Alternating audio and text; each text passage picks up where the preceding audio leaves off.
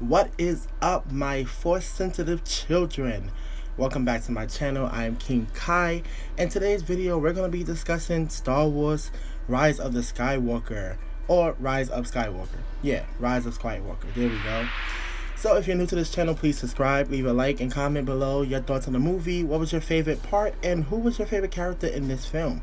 Let's get started. So I'm not going to do a whole breakdown on the movie. I'm simply going to tell you bits and bits and my favorite parts, my least favorite parts, my likes, my dislikes, what did I run with and what didn't I run with, because this movie, it did okay. For starters, I guess I can say that this movie was good. I won't say that it was spectacular or excellent in any way or fantastic. I won't gas it up like that, but it was good. It got a 4 out of 5 stars from me.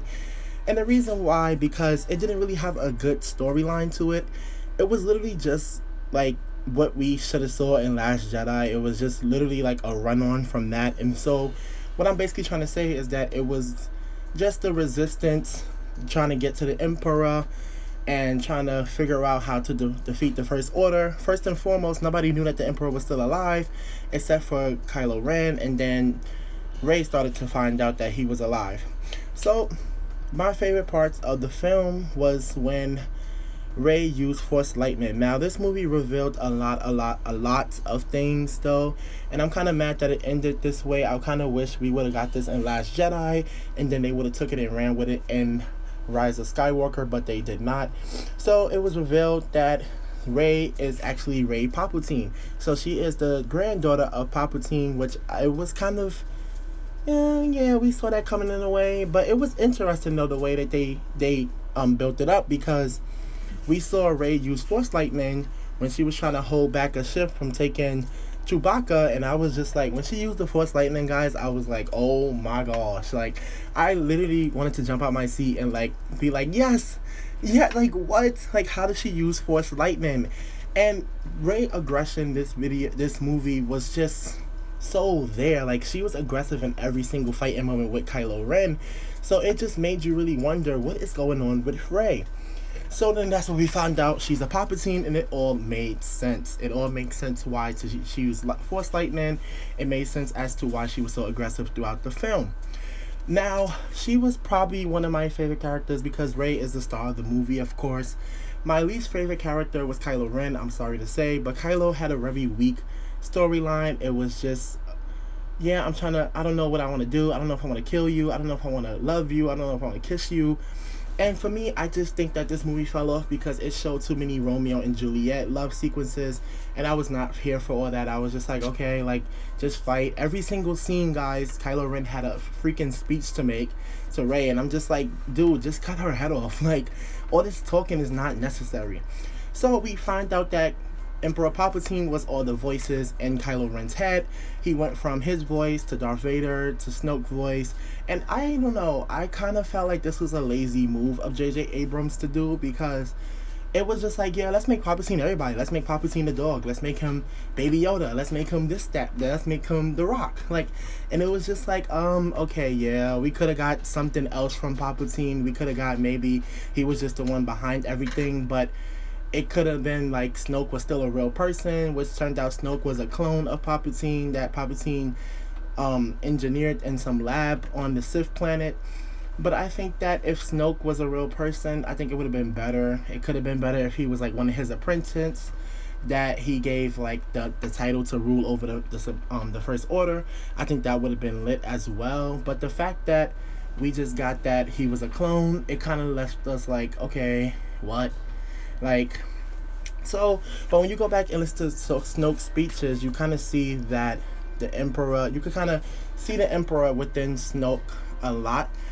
But I really did feel like that was a lazy move of them. I think that should have went somewhere different, because I was just so tight about that. Other things that happened in the film was like the dying and coming back to life. Leia was there. Kylo Ren, at the end, he like died, but then he came back to life. And then he died again after they kissed, and I was just like, oh yeah. And then we got introduced to all these new Force powers. This is like Force healing, Force life exchange. Everything was just about doing something new with the Force. I didn't mind that, but like I said, I think that this wasn't the movie for that. They could have started that in Force Awakens and then built off of that throughout the rest of the trilogy. But like I said, overall, this movie needed way more story plot to it. It needed way more, yeah, just way more ground. Like, it was just very, like, actiony, and it was just very straight to the point. I don't mind that because this is the last film of the trilogy, but it's like, hey, we need something more than what we got. And at the end, I kind of got mad because I was expecting Luke Skywalker, Leia, and Anakin Skywalker to all come out in Kylo Ren. So at the end, guys, after they kissed, Kylo Ren died and he disappeared. I guess he went with the Force. But then Rey was on a desert planet. She went to go bury her lightsabers, and she picked up a new lightsaber, which is yellow, which I'm going to discuss in another video, which is yellow now. And then some random lady came to her and asked her what's her name, and she said Rey. And I guess the lady was like, well, what's your last name? And she looked off to the distance. She saw Luke and Leia come out as a Force ghost, and she was like, Skywalker, Rey Skywalker. And then she walked off, and it ended.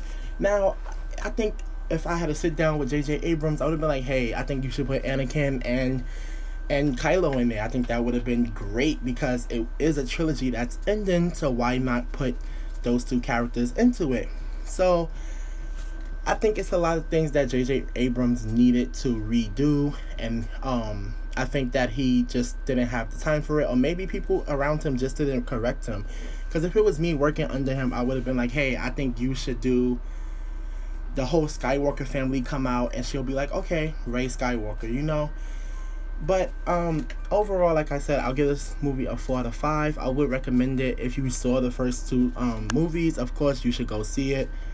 But if you did not see the movies, I wouldn't prefer seeing it because you need to see the two movies before that. I mean, if you're just going for friends, then that's fine. But like I said, this movie gives us a lot of plot leaks and things like that, and it got a 4 out of 5 from me. So comment down below what you guys think. Don't forget to subscribe and like. I will have more videos about this content coming soon, and I'll be breaking down Rey's lightsaber meaning at the end of the film in the next video. So Merry Christmas, everybody. Happy holidays, and I'll see you when I see you, children.